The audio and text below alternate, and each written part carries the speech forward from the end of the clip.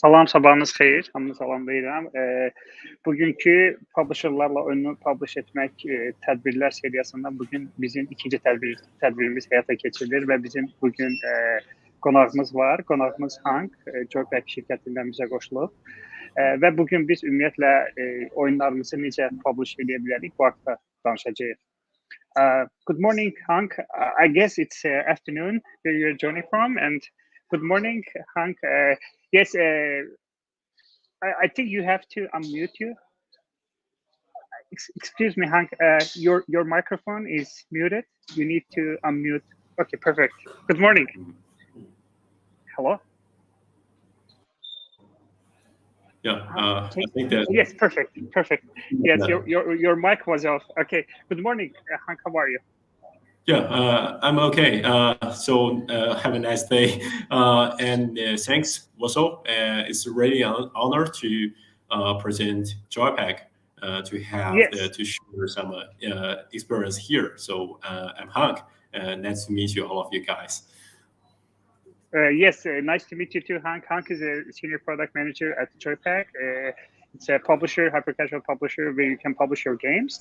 And Hank will do a presentation today. We'll introduce JoyPac and the way they work with different studios. So the floor is all yours, Hank, please. Okay, thanks, Wilson. So I will share my screen right now.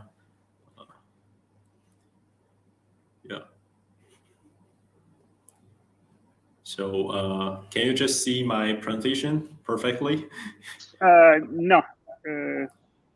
Could you please share it once more? Okay. Okay, perfect. I can see it. I can see it now. Okay, thanks.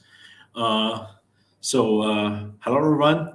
Today I'm I think really honored to have this chance to do this experience sharing with all of you guys. So today my presentation topic will be how can we just win the market in the hyper-casual 3.0 era. So we're going to talk about three topics today.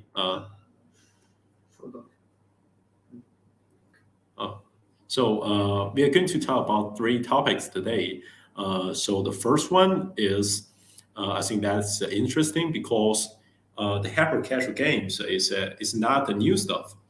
Though it's very young when we think about the hyper-casual games as a new genre of the game. But when we look back about how this grows in these several years, I think it still went through some states.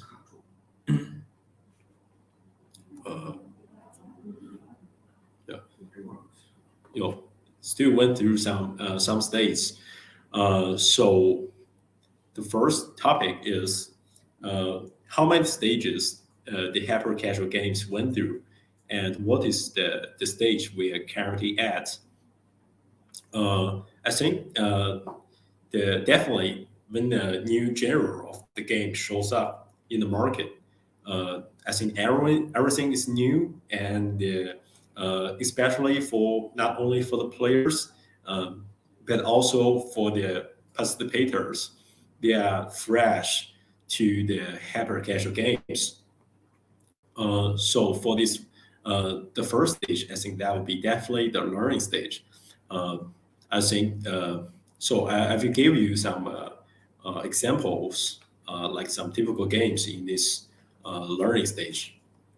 I think you can. I think maybe all of you are very familiar with these games. I think the first one will be the Aqua Parks, and I think the Hook Smash is a game from JoyPac, and also the Hex Jump is another game. So I think these three games, they're different with the mechanics design.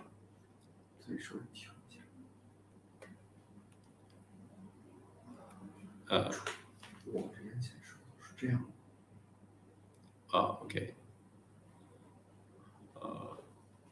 Sorry, just here my presentation is not shown very well. Let me just see.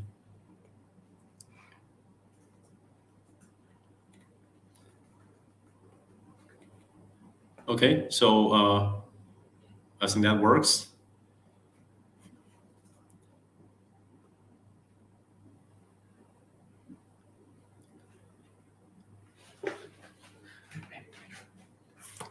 Oh, okay. So comes back. Just sorry again for the network problem. And we are talking about some typical games in the first stage. I just list three of them. I think these games they are with different the art styles, the core mechanics, and also you can see that when you're thinking about find a new mechanics, that's really hard in the current hyper casual games. You want to find something new. I think maybe the topics new, but the mechanics, I think they are still already designed in the early stage. So when you talk about the IO mechanics, and when you talk about the idle like the idle arcade game with like three buttons on the bottom, and you can upgrade powers, your maybe offline earnings by typing buttons. That's still the products from the first stage. They are very old. Uh, so I'm sorry. So for the first stage is everyone is trying to find a new gameplay and a new user experience and using them as their unique selling point in this stage. Uh, so that's the first. And the second, I think the market is going mature. So I think if you want to find a new gameplay, it's going to be harder. And if you, as a publisher, you definitely want to just expand your marketability and scale up your monetizations. So you must define uh, a pipeline or a wave method for you to keep on making the hit games. So the market is going to moving into a mature stage. That's the second. Uh, I think in this stage, I can also find some typical games like these three games. I think the most typical one will be the Johnny Trigger. So that's the game from Say Games. I think if you just went through the first stage of the hyper casual games, uh, maybe you're familiar with the hyper casual games. They usually looks simple and maybe they have their uh, typical parts as they are easy to handle and maybe they are all vertical look and maybe their art style is simple. But if you first time to see this join the trigger, I think you will be shocked by the game's visual performance because they are using a very delicate art style to polish their games. Though the game mechanics may be not very fresh, but their art style and game performance that's I think that's never seen a hyper casual game can make this. Uh, so I think that's the typical part for the version 2 0.0 stage. So everybody is making the version 2 of their old products, like maybe the Voodoo's Paper.io. So they're making the Paper.io second. And also, like the Johnny Trigger, you can see a lot of foreign games, they are using these similar delicate art styles and maybe replacing the game topics. And also, maybe you can imagine you can just make a hyper casual game like this, the Perfect X. So you can see this maybe so many these cartoonish shaders and this maybe this physical reactions. Uh, I think that's the typical part of the version 2.0 stage. So everybody is just enhancing and also polishing the games by using them to give the user different game to game the game, the different presentation style to make it as their selling point in this stage. So that's the second. So I think that's the past. So I think maybe you guys may have a question about, okay, if we want to make a game in the current market, do I need to just thinking about a new mechanics and maybe a new style of the game presentation? I think it will be harder and harder to find something new. Uh, Maybe the hyper casual game players has never seen. I think that's not a must. Otherwise, I think this hyper casual games participators, they are hard and hard to get inside into this market.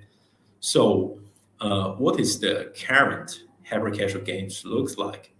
I think maybe you have went through some the maybe U.S. App Store top charts in several months, the past several months. So you can see the top games I talk about is top hyper casual games. They are usually stronger connected with the trendy topics. I will give you some examples. I think the first one is the high heels. I think I mean because the trend of the rising of the women power, the girls' right. So the game I think have some connections with that trendy topics, and that's why you can see a lot of games like women makeups, like the nails makeup, like high heels, like some maybe girls' life they're showing in this market and still occupy, I think, the most of the hyper casual top games. They are maybe targeted for the neutral sex or maybe for the more biased to the women sex. So that's the first trend. And second one, maybe some hot topics on some in some social channels like the TikTok challenges, or maybe some hot TV series. I think like Squid Game, and maybe like the meal crate challenge on TikTok. So you can also see these games. They are aiming for just making these top hot topics as their game selling point to make them as a game to win the market because the hyper casual games they are more sociable compared with the old times. So the players they are not only want to just kill some time, but also want to make them feel cool when they play the game, and because the game is just meet the trend in their daily life. So that's why I'm calling this stage as a fusion stage. So everybody is doing the fusion innovation, trying to combine their games with the market information. Um, so I think that's the summary of the passing time and the current stage of the hyper casual games. Um, so we're going to talk about the second topic. I think second topic is how can we just setting up projects based on the our selling points, because we just talking about what is the selling point is in the current stage. So I think if you think about you are a businessman and you want to sell your products, your game to the player, you must know your game selling points. Otherwise, maybe you are not have the concentration about what will you talk, what will we make the intros or the creatives for your games to bring to the to attract the users. Because as we all know, the hyper casual games they are based on the media buy. So we are buying the players and users in different channels. For example, we are doing some tests, CPI tests on Facebook, on TikTok, and maybe on some video channels.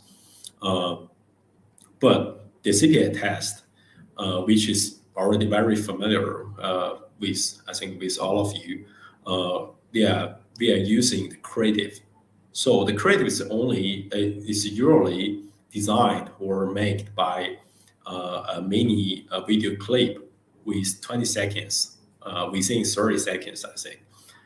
They usually seems as a very short video. So if you want to sell products within this 30 seconds, you need to know your selling points well. So that's the first step.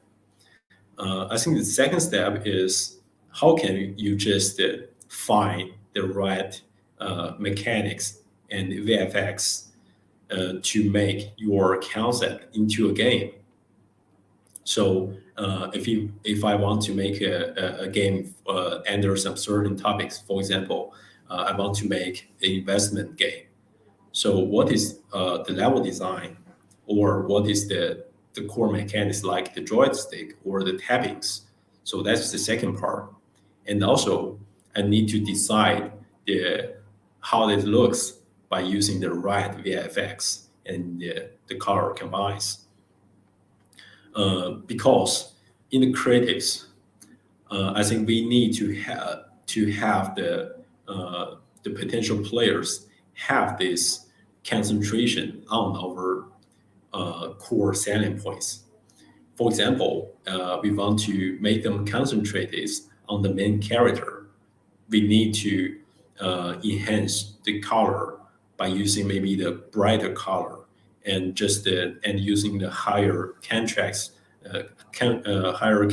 color on this character, and just dim the rest of the backgrounds to make it lighter. So that's the reason why we just choose the red VFX and the colors. And the last but not the least, I think, is to just add the right monetization systems and the value system, because I think the hyper casual games, their incomings, the combination of their incomings, I think 90% or 80% is comes from the monetization, the ads monetization SDKs. So we must to let the players keep playing our game for a certain time, certain runs, and they have the chances to watch the instant sessions, and also have the potential to just watch the reward videos to just satisfy our anticipation about earning money. So I think that's the basic process about how to set up projects. And also I will give you two examples. I think first topic is harvest the pumpkin. So why I have this concept is I think if I'm driving a harvester on the field and harvest the pumpkin, I think that's very satisfying because you can just make the farming field neat if you just driving through the harvest ingredients. So that's the reason why I thinking about this concept. And the second step is we need to think about if this concept is common enough for the hyper casual players. Why we need to do that is, though maybe you have some concept and you think that is super cool, but maybe that's not acceptable for the widely users, because as we all know, the hyper casual players, they are very varied from different ages, different sex, and different knowledges. So we need to satisfy their anticipation is we need to find the common enough concept and topic for them. So we need to do the double check, I think. So I just find a video on the Facebook. And here it is. So here is the pumpkin harvest video on Facebook. Yeah.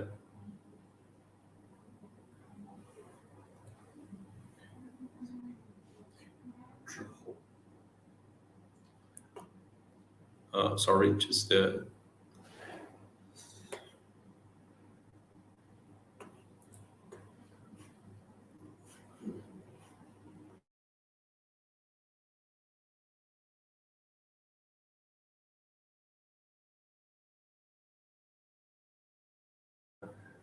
screen and our main screen. Okay, so I will share the link after this presentation. I think that's the video with 50 million watching times. So that will be evidence for me to prove this concept is common enough, because we can find many videos with very high play times on some social channels. And also we are going to think about the way how can we realize it. So in that video, I think the most satisfying part is we just watch from a close range to see the pumpkins moving on the belt, and you can see a machine is crushing them and making them into the seeds, and throw them out in the exhaust. So in that part, I think we need to have a very close camera view, and then we can have that feeling in the game. So we move to the second part to find the right mechanics and arsenals for this game. So definitely in this stage, the pumpkins is moving inside into the machine. We cannot just control the way they move. So I think joystick is not suitable. So maybe we are using the tapping or the tapping mechanics at the right time to make the pumpkins get inside into the container. And also the physical effects is a necessity, because you can see the pumpkins that's grazing each other in this physical way. And also we need to have this animation about how this crushed into the seeds. So I think we need to decide which is the essential part to make that realistic video into a game, to find the right approaches for us to make it into the game. So after these two steps, I think the third step is how can we just make it not only a game, but a game with a certain play time and the retention. I think the first one is the value system. I think for the game, we need to decide the level process, how long the level lasts. I think the hyper casual games, they usually with 30 or within 1 minute level process. That's the best for making the hyper casual game. And secondly is how long can we just show a new stuff, new item, maybe an unlockable item to a player. So that's the second part.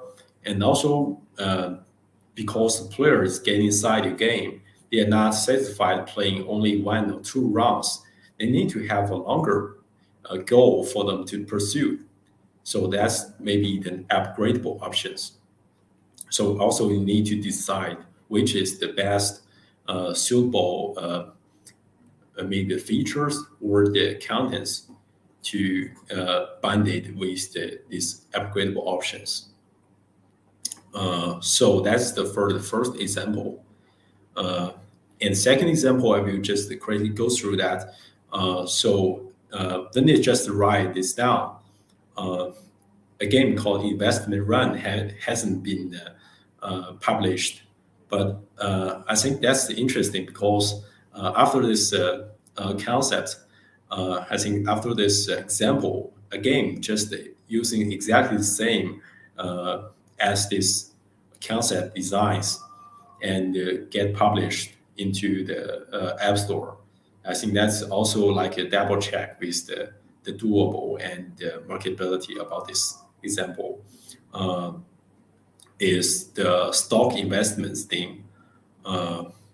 So I also have a video, but I think maybe that will be causing more mechanics errors. So I will just send them after this presentation. I have this concept when I just watching the stock, the K line chart. So I see the line going up and down, and also I'm thinking about if we can make it into a game, into a runner game. So I'm thinking about how the games looks like if you want to combine the stock investment and with the runner, and maybe the game will be look like when they going on the track, and we can see there are several gates on the track, and you can make your investment choice by going through the certain gates. For example, you can see the Google and the Apple stock, and you need to choose which stock you want to buy, and you can see a K line on the top of your screen. Is going up and or going down, depends on your business choice. Yeah.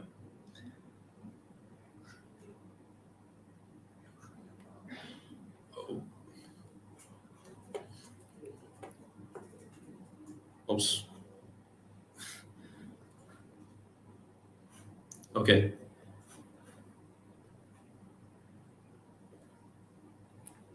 Okay, so that's the design for the selling points. So we want to make the combination about how can we just combine investment, stock investment, and with the runner game mechanics. That's the first step. And the second step is to find the right obstacle. And what? 没事儿，我这块儿应该是观众，应该是没有声音。没事，我不管了，我就说。但是这样的话会断掉，就是他们那个听的人会断掉。那我这块儿都是这样。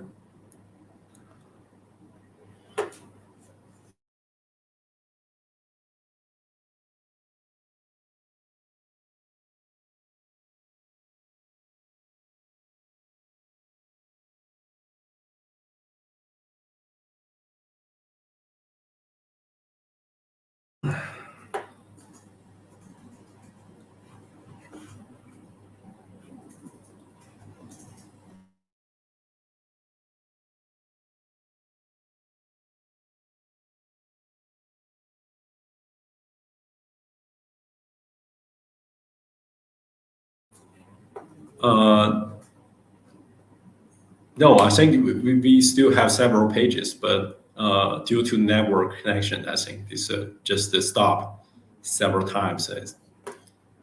Yeah. So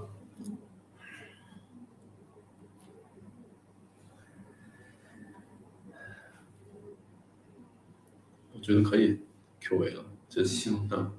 So shall we move to the Q&A part? Yeah, I think because today's network is black out a little bit, so I will share the link of today's presentation, PPT points with you guys, and you can get this, and also you can talk with me. Just blackout so many times. Yeah. Yes, technical problems do happen, Hank. No problem at all. So we will share the link of the presentation after the event is over. Now, if you wish, we can move to questions. Hank, are you there? Yeah. Okay. You must move me. I can see you and me. Okay, great. Because I think the camera is off. That's all right. So we will proceed with the questions. I think we have some questions from the audience, and I will just go ahead and read them. Oh, okay. I can see the question down below. So Yeah, I'll start from in the comment section. Yes. Okay. I see them.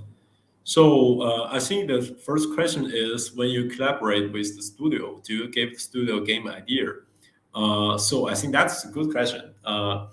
Yes, we definitely do that because I think today they are more and more essential for us to have a stronger connection with our developers by doing this injection of the market reports and informations.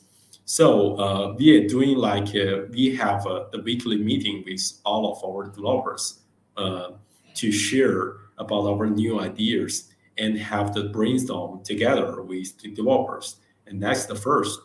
And secondly, we also have a weekly market reports to share with all of our developers. That is the game we just think that is potential, or maybe that the game idea has been tested by our internal teams. So we just collect this information and share them with our developers to just scale up the marketability for them. And if our developers have some their own idea, we will just I think we are just open for them, but we also thinking about the risk or the if that's the trendy enough by our publisher position to just have that discussion with them. So we definitely have that, and by different approaches.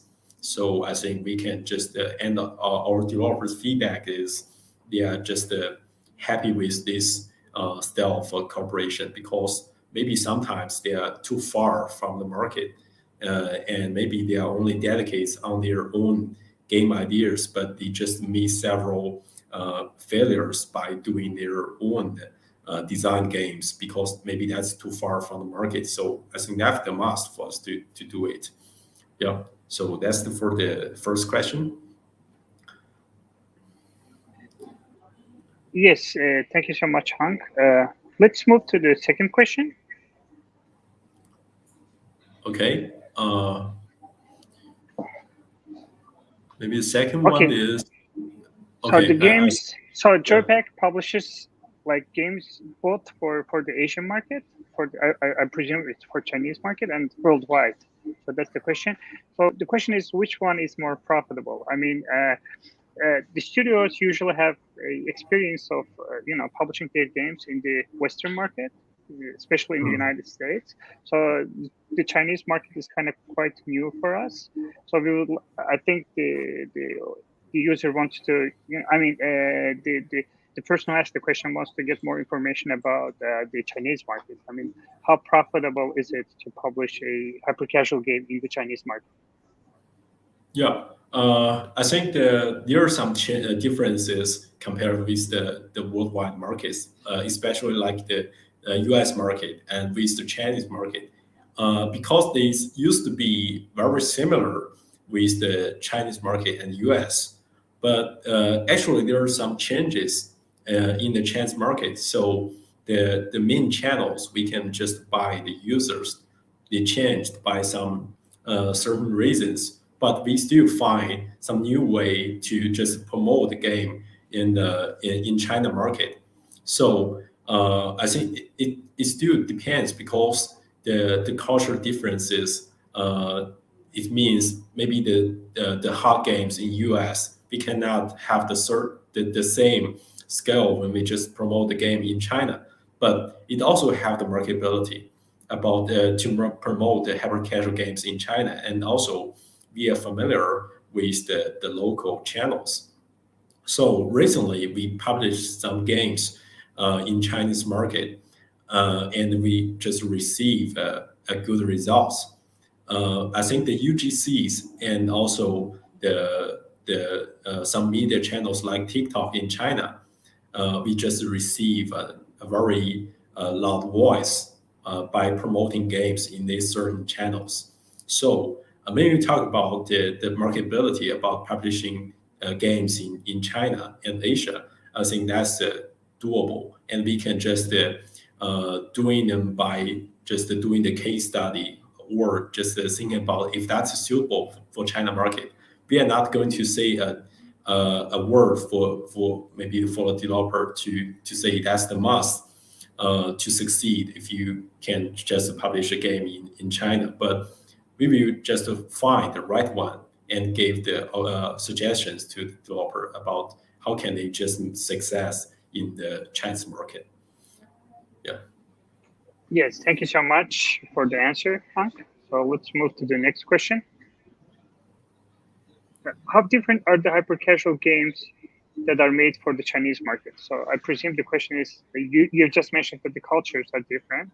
So I presume as the end users are different, habits or behaviors, so the games should be different. So how Yeah. different is it for the Chinese market? I think the Chinese player, they are a little bit different compared with especially with the US players.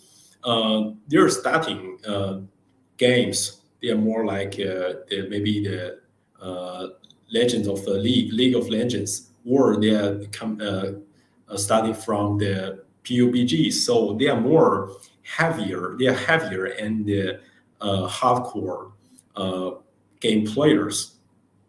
So, so they are more concentrated on some games only for satisfaction, without some certain game topics, and also they are welcomed some games. Maybe that will be a kind of a miniature for some games they are addicted with.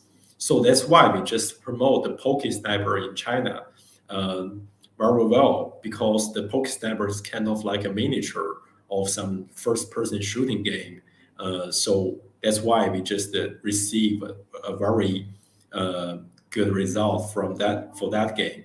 So when you talk about which is the best to suit the Chinese market, the hyper casual games, I think the first one is maybe with the more pure satisfaction feedbacks for the player, and secondly is a little bit heavier content design for the player. So I think that's a difference.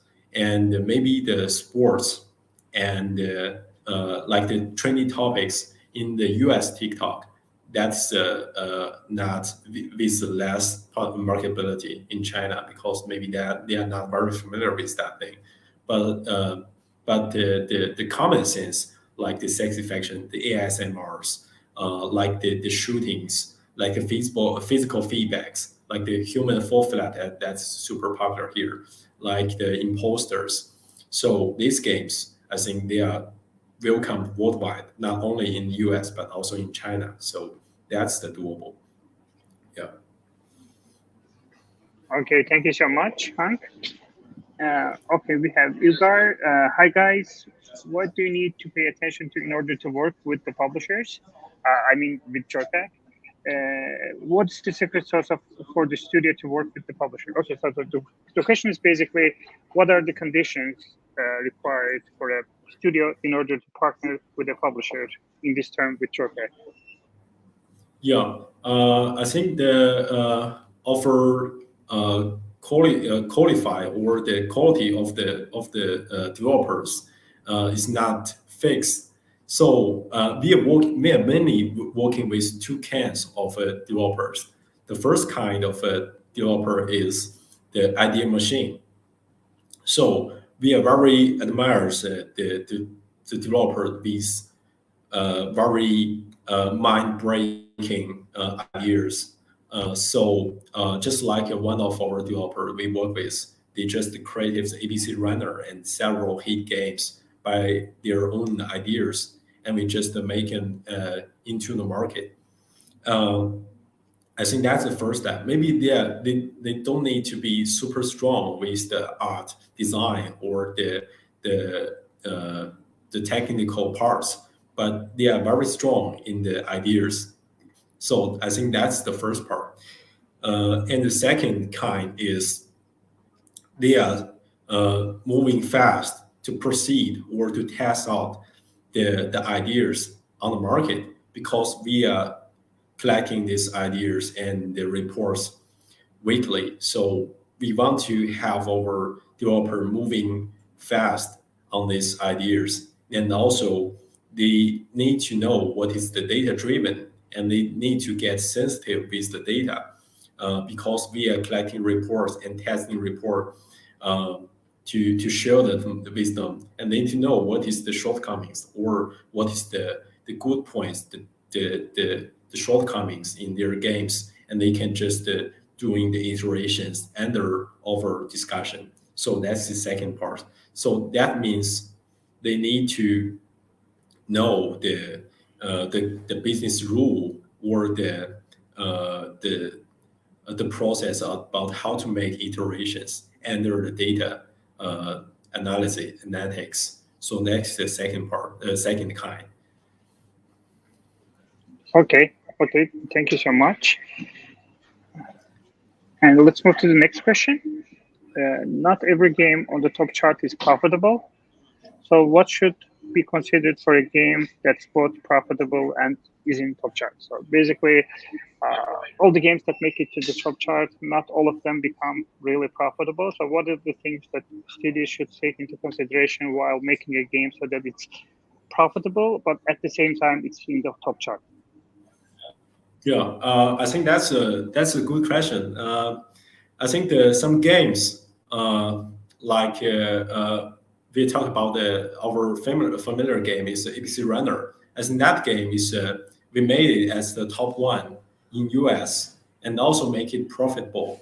I think the most important point is you definitely want your game at the top one.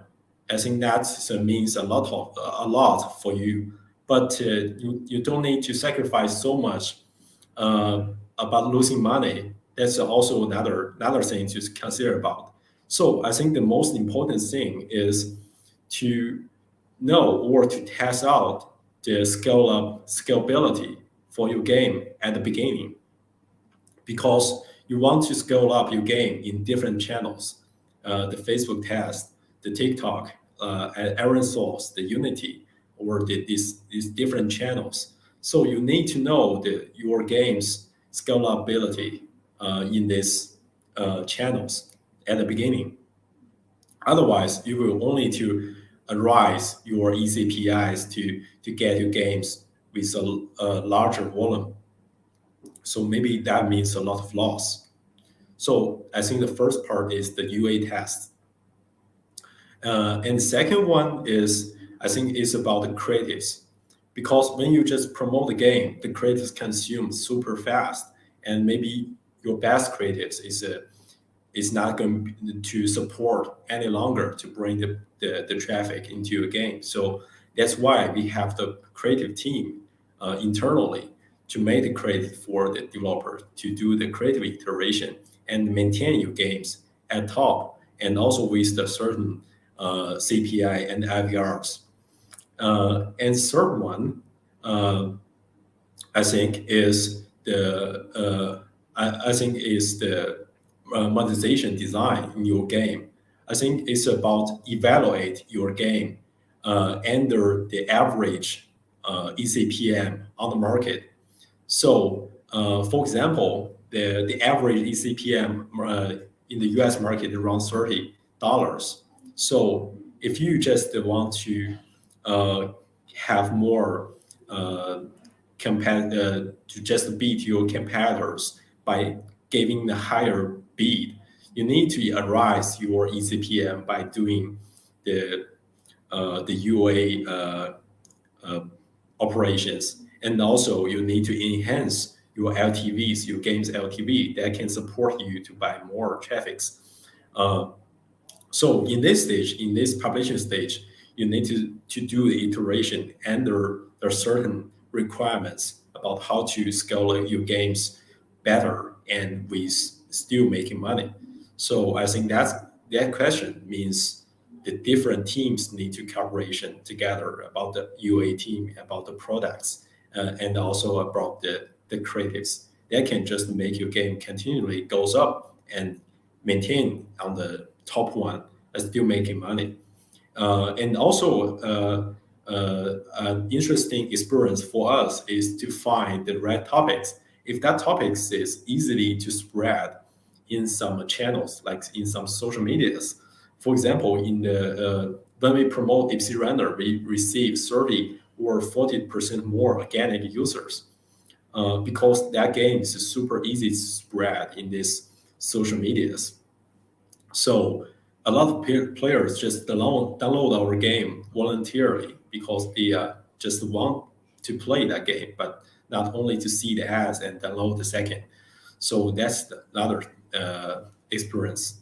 So I think that's the answer for this question. We need to think about these possibilities. How can we just make it not only on the top, but also keep profitable?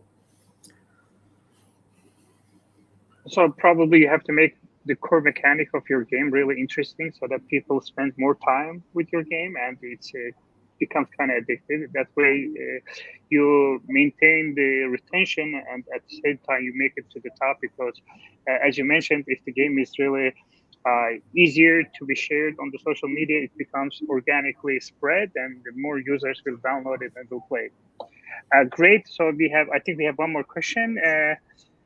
So hi, what are the conditions for working with JoyPac? So the question is about if the studio wants to partner with JoyPac, what are the things that they should have? Yeah, I think this market is a mature market. So if you're a newbie to hyper casual games, you need to find your strongest points, like ideas or like the executive, or like how can you just make it better. So I think that's is your entry fee about how can we just make the hyper casual games. And talk about the working with JoyPac, I think we can just, if you are familiar with hyper casual games, you must have a lot of games you made, and we maybe can just make them as we can just make it as some for some discussion about which is your strongest points, and if you games can meet the average standard about making the hyper casual games. And secondly, I think we definitely need to talk with the guy who in charge with this. I think with this business in the corporation company. So we are talking about if we can cooperate with over certain way, because we are more closely with the developers to work with under the market informations. But if you guys are very stick into the original creation, so I think that's also good. But we need to discuss about if that is doable for both of us. So that's the second. So I think we need to know your strengths at first, and then we have some discussion about how to yield your marketability with JoyPac. I think that's the second. So there are no certain streaks about how can we just work together, but only about how can we just cooperate together. So I think that's the answer for this question. Yes, thank you so much, Hank. So I believe, based on what you mentioned, is that the studio has to have some kind of portfolio to show for it in order to prove that they have the enough experience or competence to do hyper casual games. And also they have to work with you closely. There needs to be a business person in the studio so that they can talk to you in order to find a common ground that is beneficial for both sides. So it's not just like making games, but it is like a win-win situation for studio and for JoyPac as well. Yes, I guess we have no more questions. I would like to thank you very much, Hank, for joining us today and for the presentation. Just to remind you guys, we will share the link. There were some technical problems. I apologize for that. We will share the link for the presentation after we publish this video, and you guys can go ahead and download the presentation there and take a look at it. But again, if you have any questions, please feel free to reach out to Hank and go to joypacgames.com in order to find more information about the publisher. Thank you so much. And Hank, thank you so much for the presentation. I appreciate it.